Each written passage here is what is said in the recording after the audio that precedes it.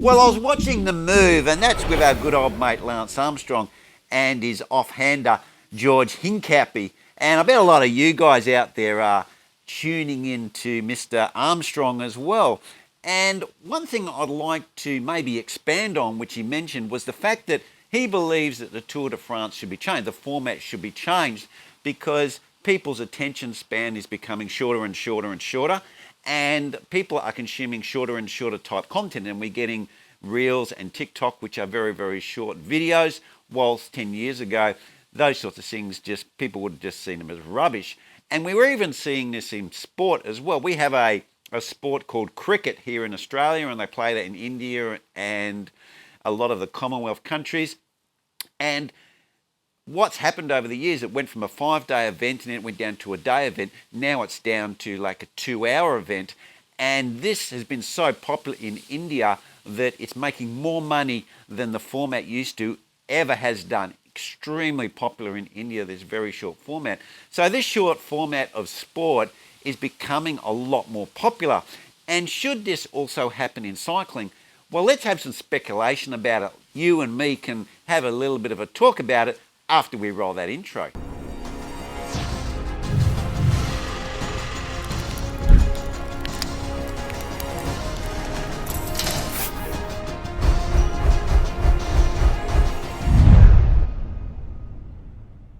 Now, one thing that Lance did briefly or broadly suggest is that the time should be reduced, and I imagine this would be that the races would be reduced to a shorter time frame, and I would probably be thinking maybe about half of what they're doing now. So instead of riding around about 200 kilometres, it be brought down to 100 kilometres, and then the races could have a lot more pace in them, because what people must need to understand, you go, oh, that'd be boring. But what would happen is you would get a lot more people attacking, and you'd get people actually pushing harder because they know they don't have to do that endurance of the distance that's happening now. So you would probably have a little bit more excitement throughout the race, because that's what happened in that sport of cricket.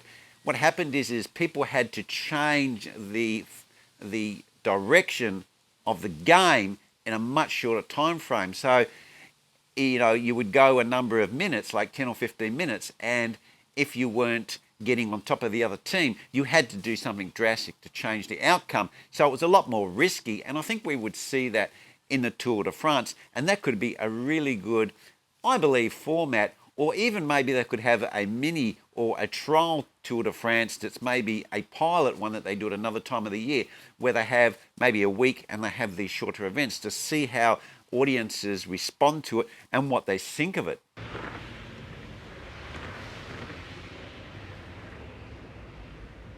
Now, another thing that I believe that could be changed is that incorporating women into the event. Now, we know traditionally women haven't raced in the Tour de France. They haven't even had their own event. It's getting a bit of traction now, and there's a bit more of a push for women cycling to be more high level. And for me, the only way I can see that women are going to get the exposure to drag the event money and the sponsor money is they need to be incorporated into the one event. They need to be incorporated into the event where the men are racing, where the cameras and the sponsors are already focused on that event. And one thing I think that could be done is the women could start up the road, and they usually know how long it takes the women to finish a race or how fast their average speed is, and they know the average speed of the men. So what they could do is get them to start up the road. So what will happen is when we get to the last 5 kilometres of the race, we get the men catching the women. And what they could do is they could give bonus points for teams if they helped each of the teams to get over the mark. So the women could draft the men, or the men could draft the women, and they could pull them up. So if you got, say, a team, you got some of the women and the men over the line first of that team, they get like a multiplication or like a times factor bonus, like a 10 times factor bonus of their points or something like that. Something to give them an incentive for the men and women to work together to use the drafting techniques when the race gets to near the end. And that would put like a little bit of a more twist on the race, because the race would be going along and you'd see the woman that was winning the race, the men that was winning the race. And then what could happen is towards the end of the race, we could have some of the men team helping the women team that's the same team, getting them up the front and changing the course of that race. And I think that would be pretty exciting. I'd love to see the men and women racing in the same race, and they all talk about equality. And to me, that's the closest you can get without having that difference or athletic disadvantage between men and women, because at the finish line, they've got like a handicap, like they have in golf. You have a tee that's closer to the hole, and the men's is further away. So you can compare the two people, and they can play in the same format of game, and you can compare those results as if they were just people. And I think that could be a change that may work. You tell me, guys, what you think about that.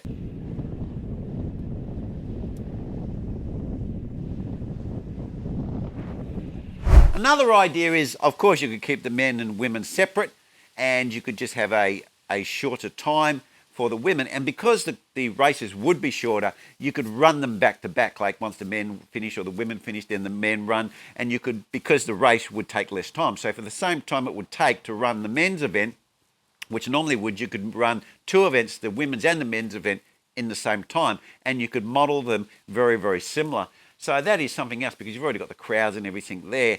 But still, then you would probably have a bit of a problem trying to get the sponsors to endorse the women with the same sort of money, because obviously the men's event is far, far more popular. But that is another option or another format they could use.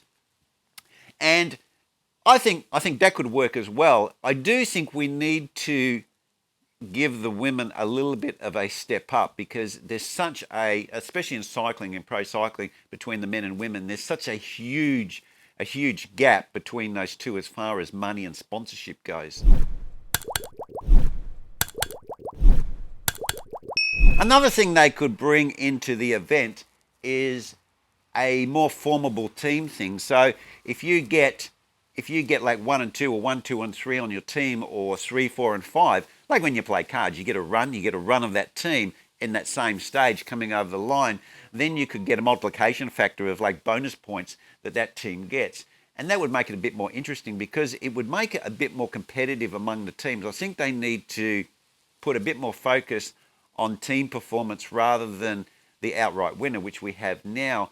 And that's like how they have it in Formula One.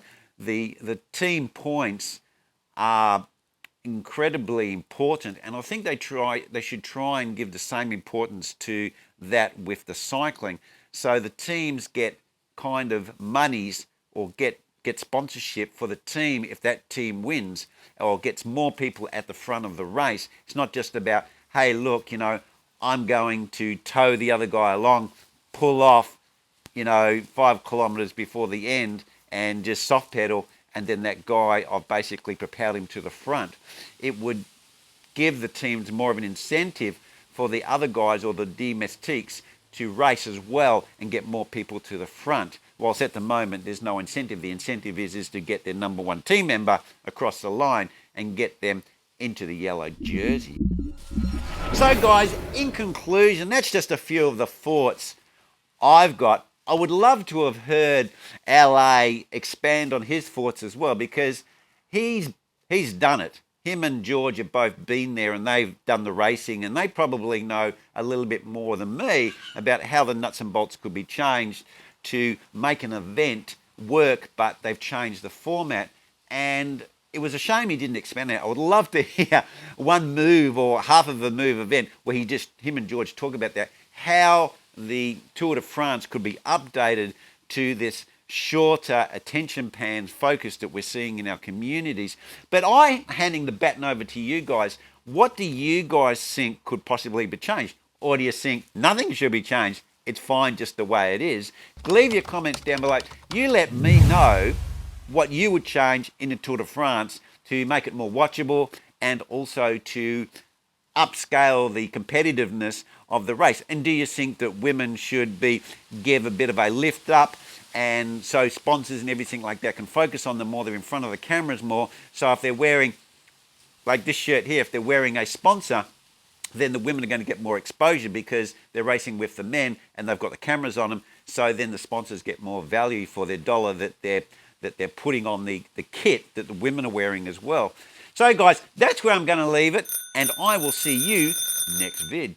Cheers.